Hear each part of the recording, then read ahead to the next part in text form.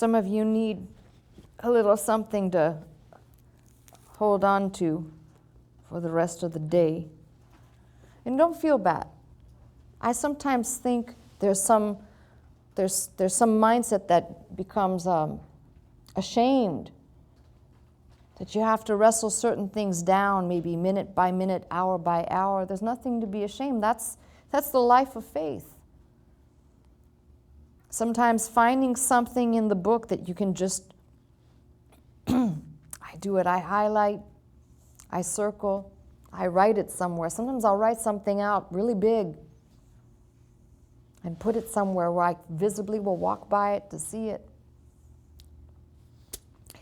Psalm 126, there are 2 or 3 verses here I want you to hang on to.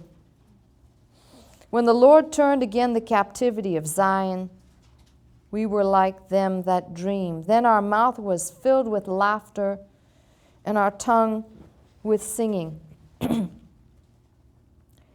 Then said they among the heathen, the Lord hath done great things for them. The Lord hath done great things for us, whereof we are glad. Turn again our captivity, O Lord, as the streams in the south. Verse 5 is really a focus for me. They that sow in tears shall reap in joy. Your margin reads singing. Something tells me that the people of the book, in this book, of this book, such are you and me, are just like this, sometimes sowing in tears, but shall reap in joy or singing. He that goeth forth and weepeth, bearing precious seed, shall doubtless come again with rejoicing, bringing his sheaves with him. Now, you might be in the middle of trying to sort out whatever it is you're going through. Just recognize that God is not going to let you sit in your tears and in darkness. Becomes a light to those who are in darkness. And this verse right here, verse 5, they that sow in tears shall reap in singing.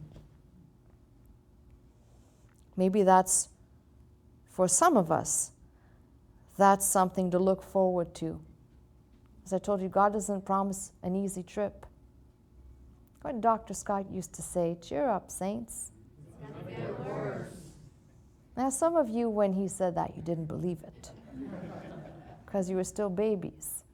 Even if you'd already been here 20 plus years, you're still babies. But I think you're starting to believe it a little bit more now, yes? That's what I said. They that sow in tears shall reap in joy. So it's only for a little while. It's only for a night. But joy does come in the morning. All of these scriptures should give you the encouragement to say, okay, I'm under attack, and there's only one way to fight. Once you know that there's nothing wrong with you, and you see yourself in the book, and you say, yes, I'm sowing in tears, but I will reap in joy, I'll reap in singing, then do this one thing with me. The scripture says if you're under attack, if you are under the pressure, affliction, oppression, you resist the devil, and he'll flee from you.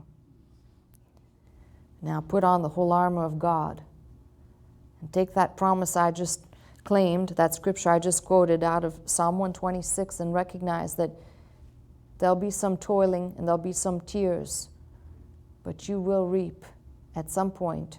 It's not all toil and it's not all tears. And God is a rewarder of them that seek him diligently. Don't be deceived into thinking this is all in vain, like, vanity of vanity. There's nothing else. No, there's a purpose for this too. Now, maybe you're not reaping just yet, but you will in due time if you faint not. Now get on the telephone, make your reservations.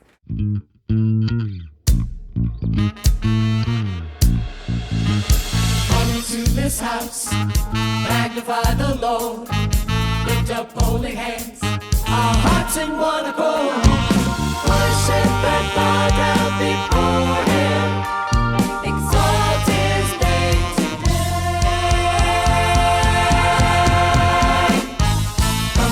this house.